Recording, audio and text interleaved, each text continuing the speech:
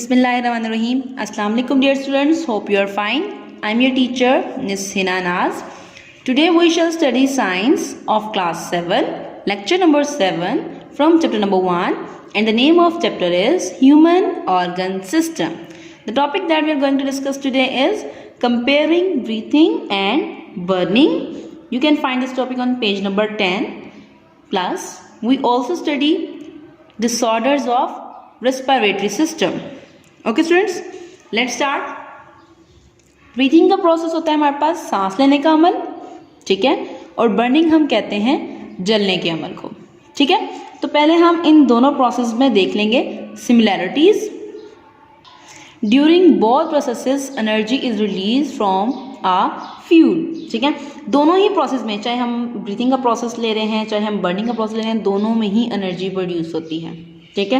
Breathing के जरिए से भी ऑक्सीजन हमारी बॉडी में जाती है, ऑक्सीजन फूड को डाइजेस्ट करती है एंड देन एनर्जी प्रोड्यूस होती है, ठीक है। तो वहाँ पर फ्यूल हो जाएगा हमारा फूड, ठीक है। और वैसे भी हमें बर्निंग के लिए, अगर हम इर्द गिर्द अपनी बर्निंग को ही देख लेते हैं, जलने का अमल, तो हमें कोई ना कोई फ्यूल चाहिए होता है, लाइक गैस चाहिए है, पेट्रोल चाहिए है, फिर ही बर्निंग का प्रोसेस हो सकता है।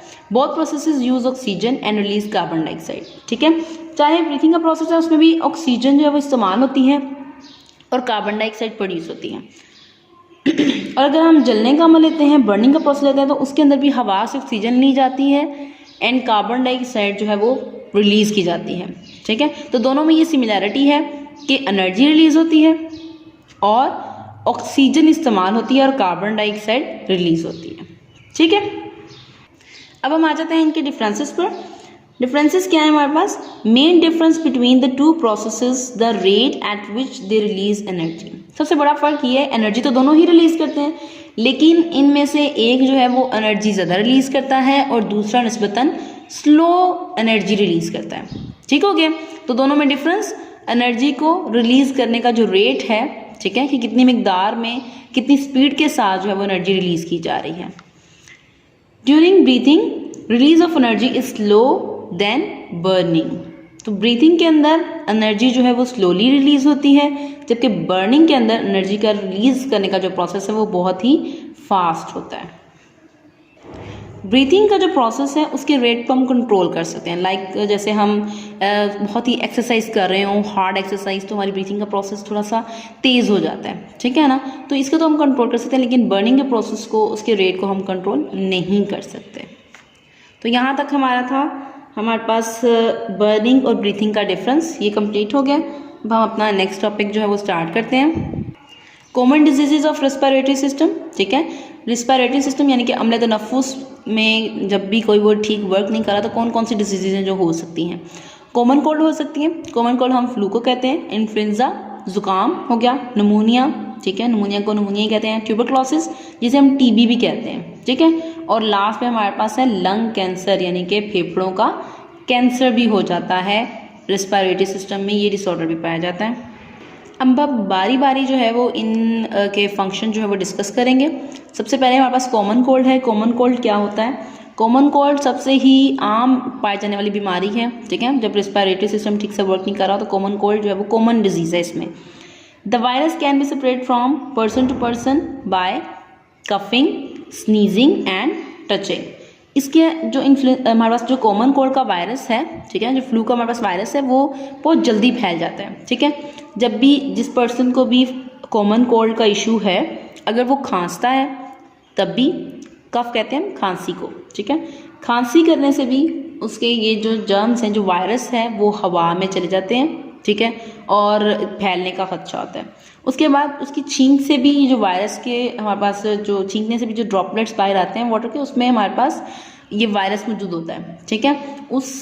तो हवा में चला जाता है वायरस, और फिर उस हवा में कोई सांस लेता है तो उसको जो है वो इसका इशू हो जाता है, ठीक है। उसके साथ साथ टचिंग, अगर जिस पर्सन को कॉमन कोल्ड है, अगर आप उसको हाथ लगाते हैं या फिर ऐसी चीज़ जहाँ पर मतलब जैसे उसके कपड़ों को, उसके रुमाल को हाथ लगाते हैं, तो उससे भी ये जो कॉमन कोल्ड की बीमारी है, डिजीज़ है, ये फैलती है, ठीक है।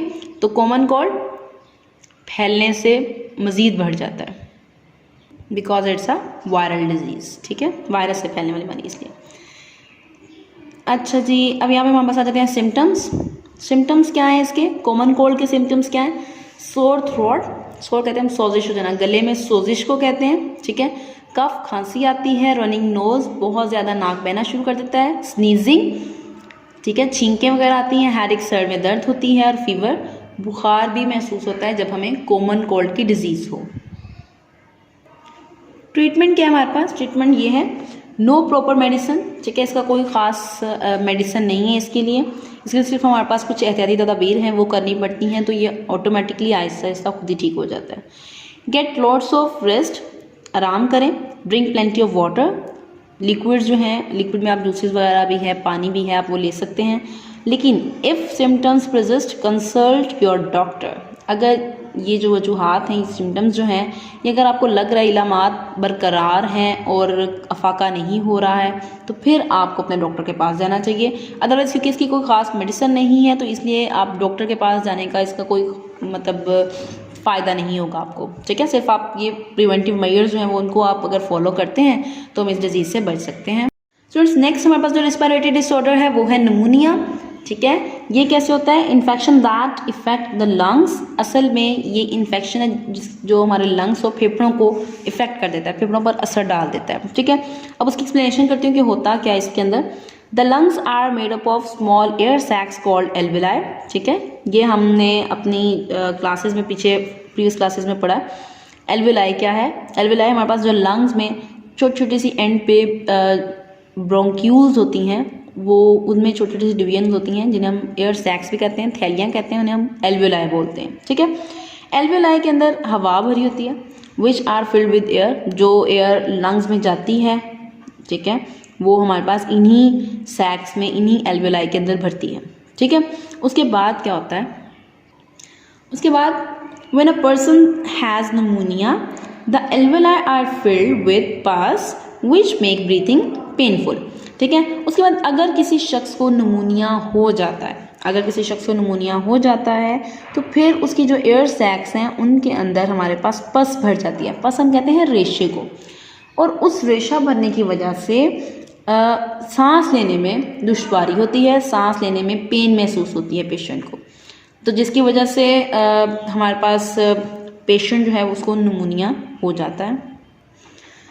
Pneumonia is the main cause of death in children world wide, पूरी दुनिया में बच्चों की सबसे बड़ी मौत की वजह जो है वो निमोनिया ही है, ठीक है।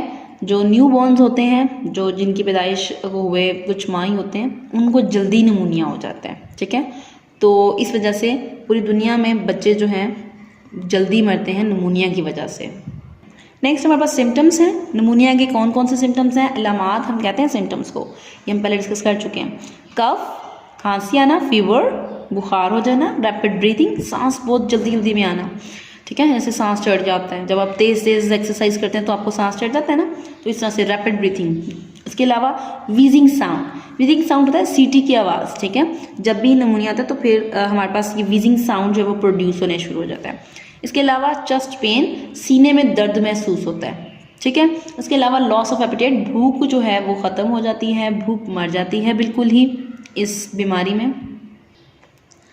और जब बच्चा खाएगा कम तो फिर तो उसकी जो सेहत है वो मज़ीद और ख़राब हो जाएगी। ट्रीटमेंट क्या है? ट्रीटमेंट इलाज इसका क्या है? Visit your doctor as soon as possible. जैसे ही आपको इस तरह से कुछ अंदेशा महसूस हो तो आपको फ़ौरन डॉक्टर को दिखाना चाहिए। डॉक्टर में प्रिस्क्राइब एन एंटीबायोटिक मेडिसिन, ठीक है। एंटीबायोटिक हम कहते हैं जिनसे बैक्टीरिया वगैरह को किल किया जाता है, ठीक है। ऐसी अद्वियात को हम कहते हैं एंटीबायोटिक्स। तो डॉक्टर जो है वो पेशेंट को एंटीबायोटिक्स देते हैं। इसके अलावा हमारे पास इसके बचने का एक और तरीका भी है, वैक्सीनेशन। जब बच्चे पैदा होते हैं तो उनकी वैक्सीनेशन की जाती है, उनको कुछ इंजेक्शंस लगते हैं, ठीक है। उसकी वजह से क्या होता है, निमोनिया का बच्चा जो है वो निमोनिया मतलब उसके अंदर क़ुव्वत मुदाफ़त पैदा हो जाती है निमोनिया के अगेंस्ट, ठीक है। तो वो फिर इस बीमारी से बच सकता है। नेक्स्ट हमारे पास प्रिवेंशन है, बच कर सकते हैं हम। Wash your hands frequently to avoid germs, बार बार अपने हाथों को धोएं, ठीक है। उसके बाद यूज़ अ टिश्यू पेपर और हैंडकरचीफ व्हेन यू कफ और स्नीज, जब भी आपको खांसी आए, ठीक है, या छींक आए तो आपको रुमाल यूज़ करना चाहिए, ठीक है, या फिर टिश्यू पेपर का इस्तेमाल करना चाहिए। इस तरह से हम इस बीमारी से बच सकते हैं, ठीक है। तो आज हमने पढ़ा कंपैरिजन ब्रीथिंग और बर्निंग का। इसके अलावा हमने रेस्पिरेटरी डिसऑर्डर्स पढ़े जिनमें हमने कॉमन कोल्ड और साथ में निमोनिया को डिस्कस किया। उम्मीद है आप लोगों को समझ में आया होगा। Thank you so much. Dear students, please subscribe our channel, press the bell icon, like, share and comment the videos. Thank you very much.